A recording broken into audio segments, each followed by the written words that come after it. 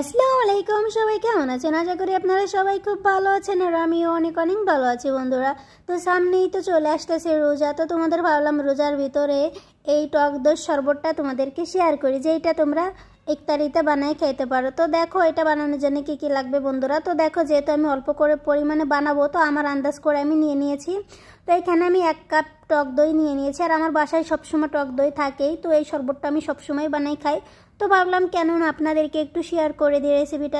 দেখো বন্ধুরা, এই যে এখন আমি মানে একটা পাত্রের ভিতরে নিয়ে সুন্দর করে ফেটে নিতে হবে অনেক সময় নিয়ে।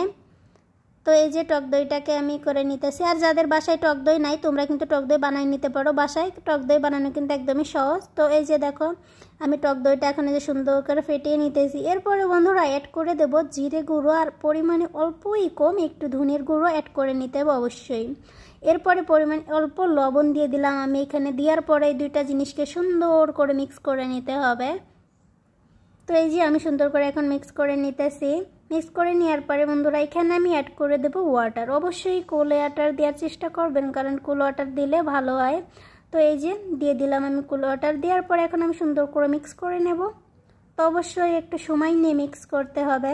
তো মিক্স করার হয়ে গিয়েছে, এখন আমি এই পর্যায়ে দিয়ে দেবো একটু মরিচের গুঁড়ো দিয়ে দেবো বন্ধুরা, কারণ মরিচের গুঁড়োটা দিলে কিন্তু ভালো হয়। তো আমি অল্প পরিমাণে মরিচের গুঁড়ো দিয়ে দেবো এই যে এখানে। আর এই যে এখন মরিচের গুঁড়োটা দিয়ে দিলাম। এরপরে আমি হোয়াইট পেপার দেবো বন্ধুরা। আর তোমরা চাইলে ব্ল্যাক পেপারগুলোও দিতে পারো, আর না থাকলে না দিতেও পারো, না থাকলে একটু মরিচের গুঁড়ো অ্যাড করতে পারো, সমস্যা নেই, হালকা পরিমাণে। তো এই যে এখন আমি দিয়ে দিলাম। দেওয়ার পরে এখন দেখো একটু ব্ল্যাক পেপার তো নাই, তো এখন আমি হোয়াইট পেপার অ্যাড করব। ঠিক আছে, আমার বাসায় ব্ল্যাক পেপার নাই। তো এই যে তো দেখো অ্যাড করা হয়ে গেছে। এখন আমি সুন্দর করে নাড়াচাড়া দিয়ে নিতেছি। তো এখন কিন্তু আমার কমপ্লিট হয়ে গিয়েছে জুসটা বানানো। তো তোমাদের আমার এই জুসটা কেমন লেগেছে অবশ্যই জানাবা। আর ভিডিওটা যদি ভালো লাগে থাকে বন্ধুরা তাহলে অবশ্যই সাবস্ক্রাইব করতে কিন্তু একদমই ভুলবেন না, কারণ একটা ভিডিও কিন্তু অনেক কষ্ট করে আপনাদের জন্য করি। আর অবশ্যই আপনারা একটু সাবস্ক্রাইব করবেন।